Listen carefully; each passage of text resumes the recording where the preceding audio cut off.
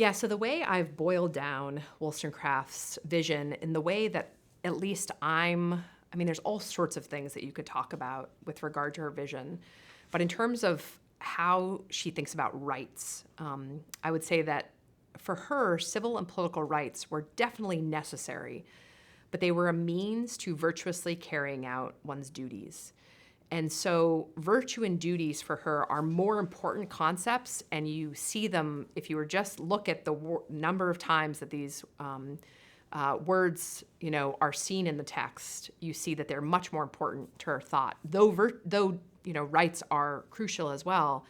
And so, what does that mean? So, for her, you could think of duties in kind of four different categories. So, and I think it's helpful to spell them out. So. The first is duties to self. And sometimes people say, well, duties to self, what could that mean? It's a self. And no. For her, the human being was a particular kind of animal. She talked about the human being as a rational creature who was created by God in the image of God, and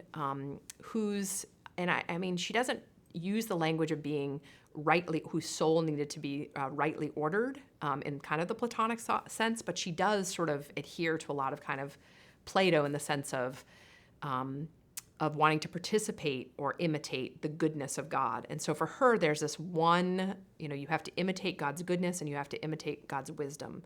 And that's what virtue is it's inculcated in very small acts of carrying out one's duty. So when you're carrying out your duties to yourself, what does that mean? Well, it means, first of all, through self-mastery. So it's through mastering your appetites, because she understood that we were creatures, and so we had appetites, we had passions, of course. But for her, like the ancients, passions are neither good nor bad. They have to be directed, if they're going to be advantageous for the person and for others, by reason and by kind of higher principle. If passions lead the way, then, she kind of saw human beings, men or women, as being like beasts, like just animals. And so to be rational, to be a rational creature, you had to be led by reason. And reason always had to be led by God. And so it's also, duties to self, so it's self-mastery, but then it's also self-development. So really understanding oneself as someone who could develop both morally and intellectually, and both of those go together.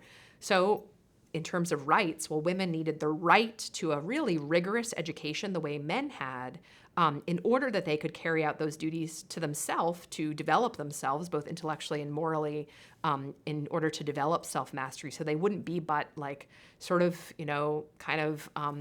animals or, concerned only about their appearance, manipulating others around them. They needed to, elevate themselves. And how do they elevate themselves? But by understanding their end, which is virtue. But then also duties to others. So she very much talked a lot about duties within the family. So to children, to elderly parents, she really saw motherhood and fatherhood as kind of the first duty of the citizen.